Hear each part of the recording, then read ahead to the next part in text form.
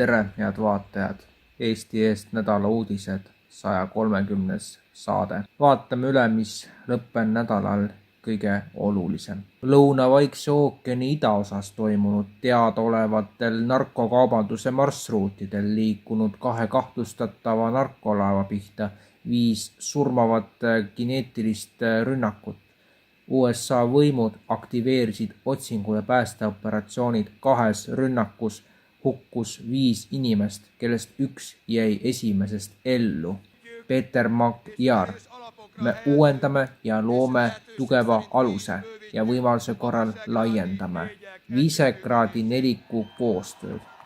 Selles vaimus on minu esimene reis Poola, et tugevdada 1000-aastast Poola-Ungari sõprust. Minu teine reis viib Viini ja 3. Brüsselisse, et saaksime koju tuua Euroopa Liidu raha, millele Ungari rahval on õigus. Meenutuseks Magyar võitis kummalistel asjaoludel Ungari parlamendi valimised. Netanyahu ründab Euroopat. Euroopa on kaotamas kontrolli oma identiteedi üle, olles nakatunud sügavast moraalsest nõrkusest. Xi Jinping Pedro Sanchezile. Hiina ja Hispaania on mõlemad põhimõttekindlad ja mõistlikud riigid. Me oleme valmis seisma ajaloo õigel poolel.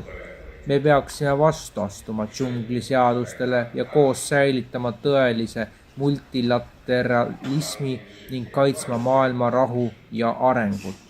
Saudi Araabia välisminister prints Faisal bin Farhan annab otsese vastuse USA survele poolt valida.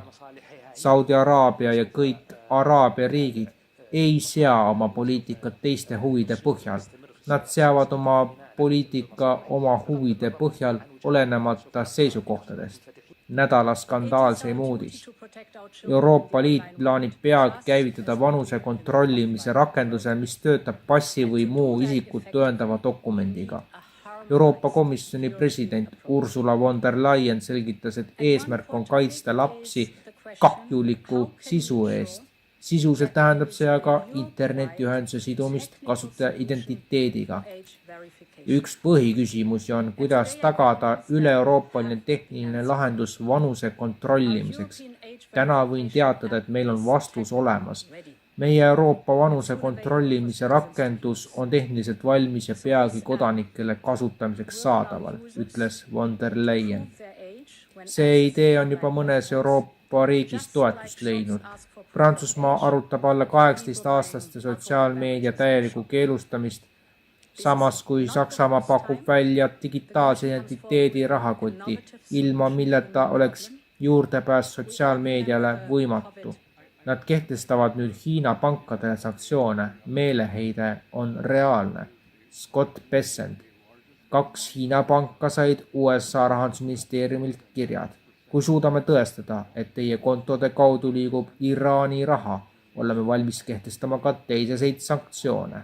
Iisrael hävitas õhurünnakuga Lõuna-Liibanonis Debninis haigla ning Iraanis jätkuvad valitsusmeelsed meeleavaldused 46. ööd järjest. Saate lõppu kuulame ka katkendit Mart Helme sõnavõtust Rahvusraamatukogus sarjast Ärka Eesti. Ja see on suuresti seotud jällegi meie liikmesusega Euroopa Liidus. See on kõikehõlmav korruptsioon.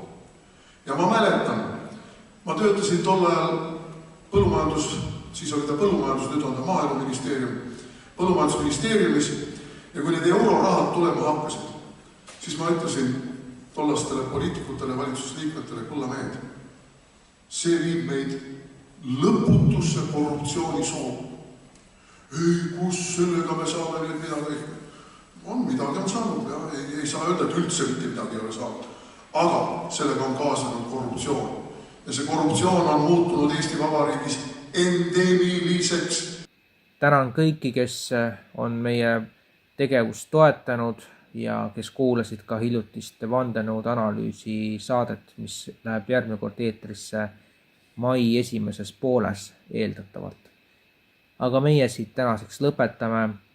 Järgmise nädala saade peaks minema eetrisse, küll arvatavasti siis natuke lühemalt kui tänane saade tuli. aga kõike head ja järgmiste kordadeni.